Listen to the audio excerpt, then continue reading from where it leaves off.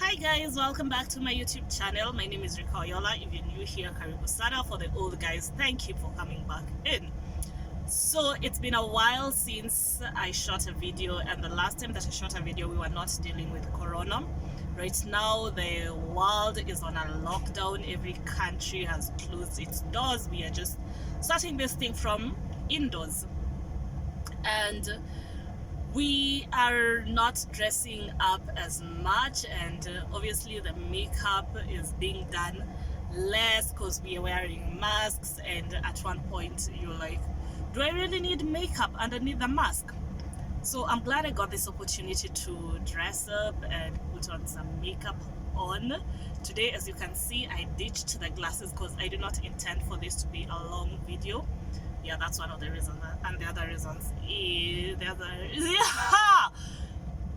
let me take a minute. The other reason is I just feel like I wanted to see, I missed how I look without glasses. So for a minute I was like, let me just not wear the glasses. So today I'm going to do a story time. And this story time is about someone that I dated. I don't want to call him my ex because I feel like that's just doing an injustice to the name ex, but you know what, for the sake of conversation, let's just say he was my ex. I think it's very important as human beings, as both ladies and gentlemen, to have a list of what you intend to what the kind of person that you intend to be with or to date. Because let me tell you, if you don't stand for something, you will obviously fall for anything. And anything I did fall for at that time.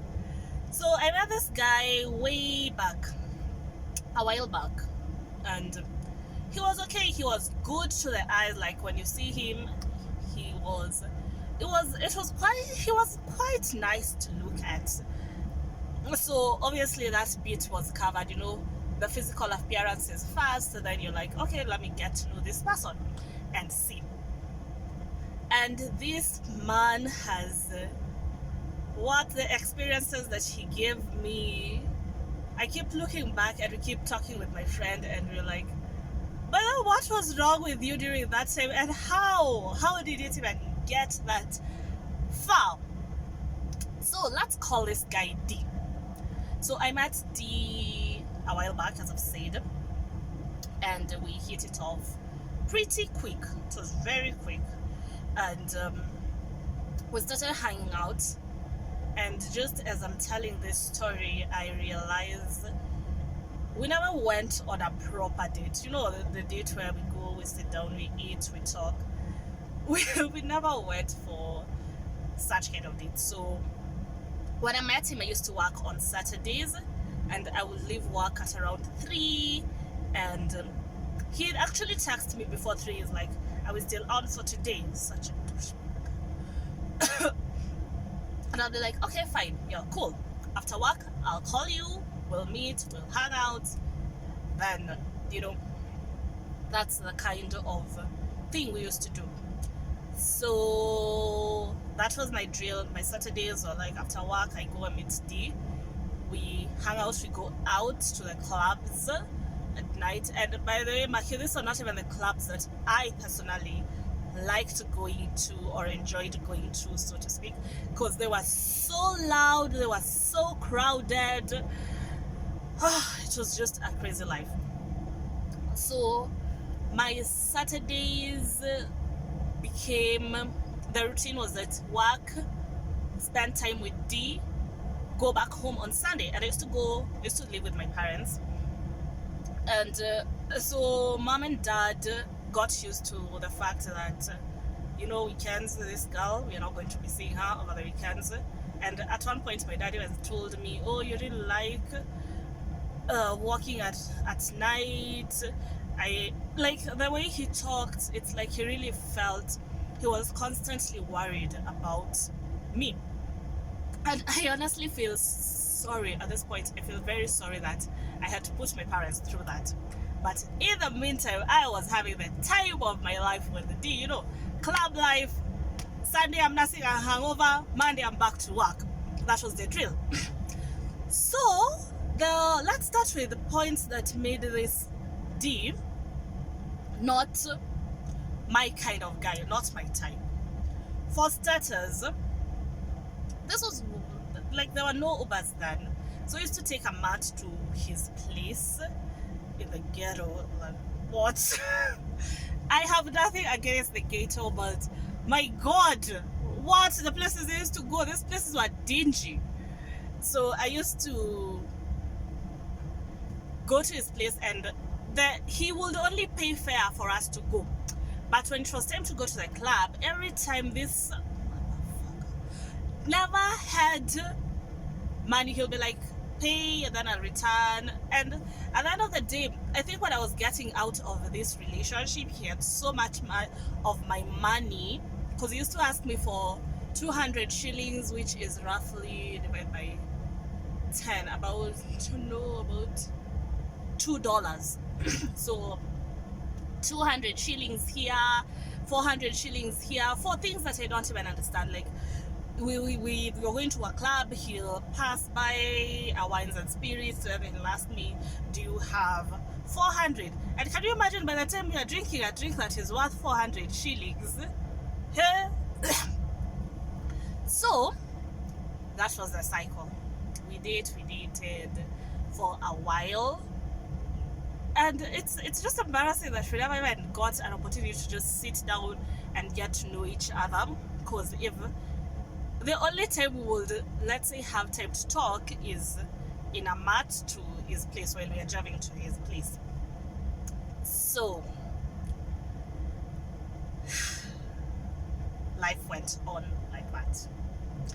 Then one day, me and D went out. No, we first went to his place. We had drinks, pre-gaming before going to the club. So I was there with his friend and his friend's girlfriend, and we're just having a good time. And then we decided, hey, it's time, let's check out, let's check. We go out. Kama kawaida, routine. This is what we do. This is the kind of life we live in. So we got dressed. Then we went to wait for a matatu.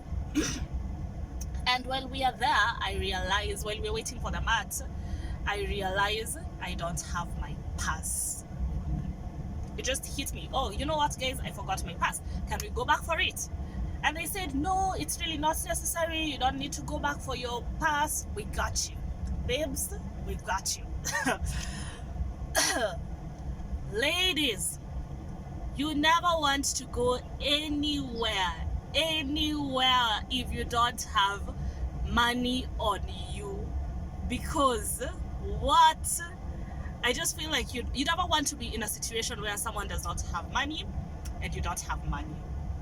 Always when you're going for a date or wherever you're going with someone else, even if they've said and you are 100% sure that they are catering for the cost, you need to have your money.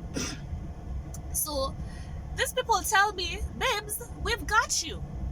And I feel like, yeah, I have my man's over here, and I had his friend, and his friend's girlfriend, who is now my friend by extension. So I'm good. I'm covered. So we go out to before we get to the club, we pass by a place for fries, for buying fries. It's one of those places. It's not Sanford, but it's just one of those hotels. We eat chips and chicken. So I don't know who paid for that bill. I just know I ate at that time. Then we go to the club. I think it was the Tribeca, which is now closed, but it was one of the, I think it was, quite sure it's Tribeca, because I remember that street very well. So we went to Tribeca.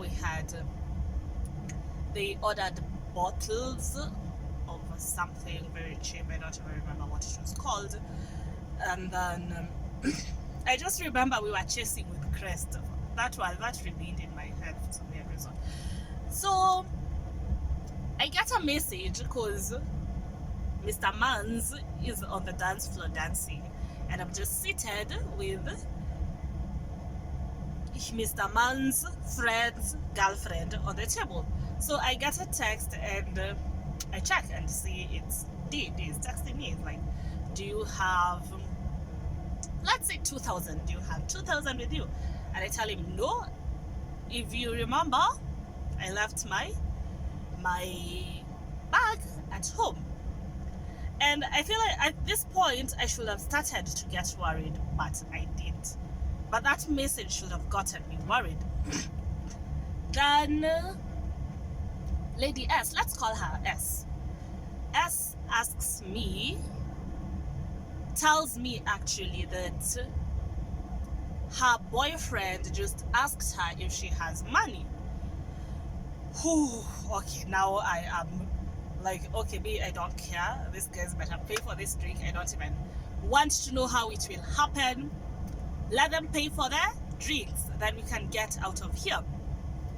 And I don't feel like they should be ordering anything more, because at this point we've realized there's no money. These guys don't have money, and they brought us out, and me, I left my wallet at home. So we are all relying on S. Can you imagine that? Anyway, we are done. I think, I don't remember who paid. I think either S or her boyfriend. I just know the bill was sorted and we go. Now, at that point, the kind of people that I dated, I would have expected to get me a taxi, or, you know, like it's in the middle of the night. It's around 2, and we are four of us. Surely, if you can't pay for a taxi for 4 people and you work 8 to 5 and you get a paycheck on the 20 something or at the end of the month, come on. Anyway, so we take a matatu. Lord have mercy. We are in the matatu. We've gone a distance. The conductor comes. First of all, S and her boyfriend were seated like a seat. The way our matatus are set up, because most of you are Kenyans, I know that you know how matatus are set up. So it's like 2, 2, 2, 2. But for those who are not here, let me just torture myself and explain that the way the matatus are set up is like there's this side and then this side, and then there's like a walking aisle over here. So they were seated on the front, and then me and Dee were seated at the back. So when they get to S and the boyfriend says the fare will be paid from the back. And I'm thinking they did that because they had paid for money in the club, and it was only logical or fair for D and I to pay for the fare, which was about 30 shillings each. And 30 shillings is how much in dollar? Maybe 30 divided by 100. It's very little money, if you ask me. So it was 30 shillings, which I'm embarrassed to say I didn't have, because I left my wallet at home. So they get to us, and Dee's like, do you have 100 shillings? You give him. Haven't I made myself clear that I don't have money with me? My phone is off, but even if it was on, I still didn't have money in my phone, and I don't think I would call my parents or my siblings at night just because I chose to go out and have fun with people who don't have money on them, to tell them send me money. I'm stranded. So I tell him, no, guys, you people have never been in a public transport in Kenya and you don't have money. All hell broke loose. The conductor was like, oh, kama hamna pesa mtoke, kwani mlipanda gari mkifikiri hamna pesa. I will translate for those who don't understand it. Kama hamna gari, kama hamna do mtoke, mnaweza jenda out na mkose do za kulipa gari na mko kwa nini? Mkaingia kwa matatu, mmejibamba, mmelewa. What? Like, simameni, mlipe do na mshukia the next stage. So basically, if we don't have money, we shouldn't have even boarded the matatu, which I totally agree. But at this point, I'm thinking, who are these people that I'm hanging out with? Me and Bratiman used to be in this kind of situations. Secondly, it's way off where I live, because for the sake of this story, I'm going just to say where I live. We used to stay in Kitengela with Kinamam and Dad. So I was on like this other side of town. I was in the Eastlands. I was in Eastlando basically. Uko karibu na Mama Lucy. Uko ndo nilikuwa. So hata hiyo matatu ikisimama, I don't even know these areas. I'm just like 2 hours or 1.5 hours away from home. I don't know the roads. I just felt like, oh God, is this it? Is this how I die? Like, am I just going to be beaten to death? Because it's very easy. This guy's form of justice. And then, now the other passengers are getting angry because the matatu has stopped. We are being told to alight. These guys don't want to alight. So, I'm telling you, there are angels everywhere. This guy, I think he noticed that I just didn't fit in that group, and how uncomfortable I was looking, and how distraught I was feeling, and I was feeling so much. I was one drop of tear away from crying. That's where I was. I was just about to lose my cool. So he's like, you know what? Have this money. I'm just paying for this chick only. Just her. And then I was like, okay, thank you. Okay. Oh my God. Okay, thanks.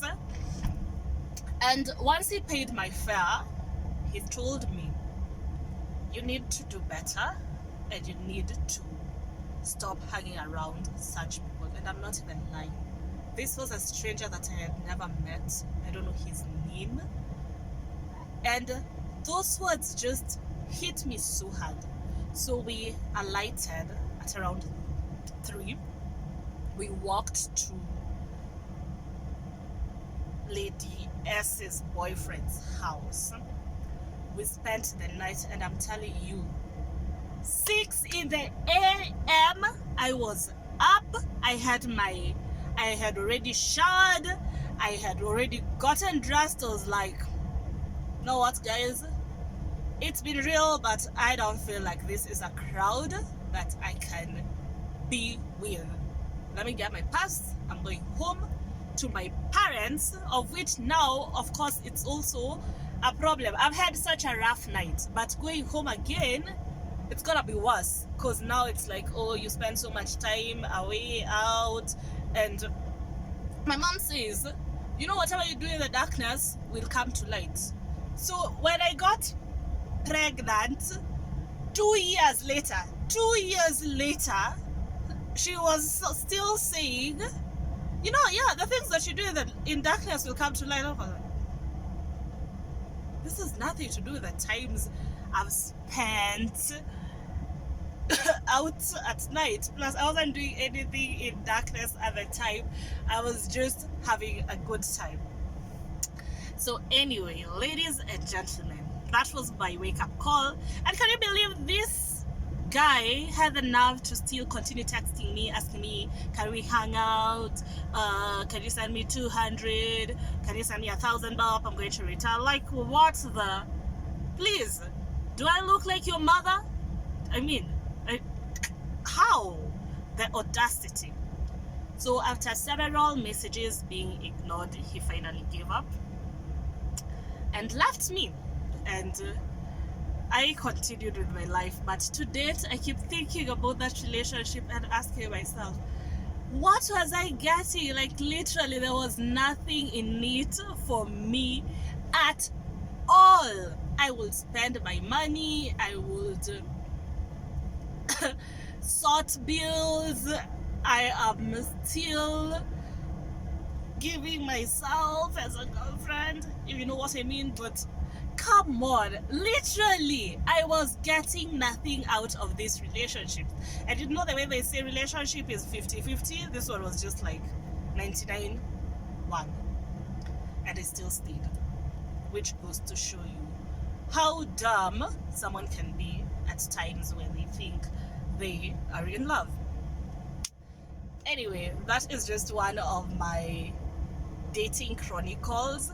And after that, I just told myself, you know what, if you're from this part of town, I honestly feel like my guts, deep in my guts, it's really not going to work, because I've already had a bad experience. Like, that one person that represented your part of town did a shoddy job. So I'm not going to let myself go down that path again.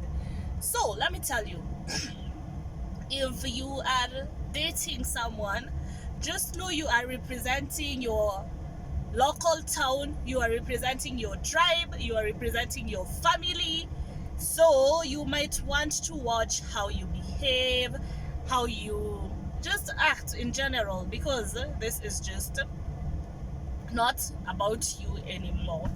And after that, I've always felt like I just want to analyze people before I can even just start spending or hanging out at night with them. Kwa sababu, I cannot see myself being in situations where people don't have my back, or I can't rely on them, and they just have to now involve other people in my business. Because if my phone was on, I would have been tempted to call someone and ask them to send me something, because it's about to go down. Anyway, yeah, so that's just it for this week. I really hope you enjoyed this story time. And since we are doing since we have a lot of time on our hands, I'm going to divert a little bit from the serious issues, because I feel like right now we don't need a lot of stress on the internet. We're looking for a little bit of laughter, something just to cheer us up. So I'm going to keep the story times coming. I'm going to tell you a few things that I have encountered in this very, very short life of mine. Well, not short enough, but this life of mine. And until then, don't forget to like, share, and subscribe. If you have some terrible dating experiences, let me know in the comments. Let's laugh about it. And don't forget, kama kawaida, laugh at yourself, because this life is just too serious. It's okay to laugh at yourself, to laugh at your experiences, but at the end of the day, you need to learn from them. So, yeah, guys, thank you for listening.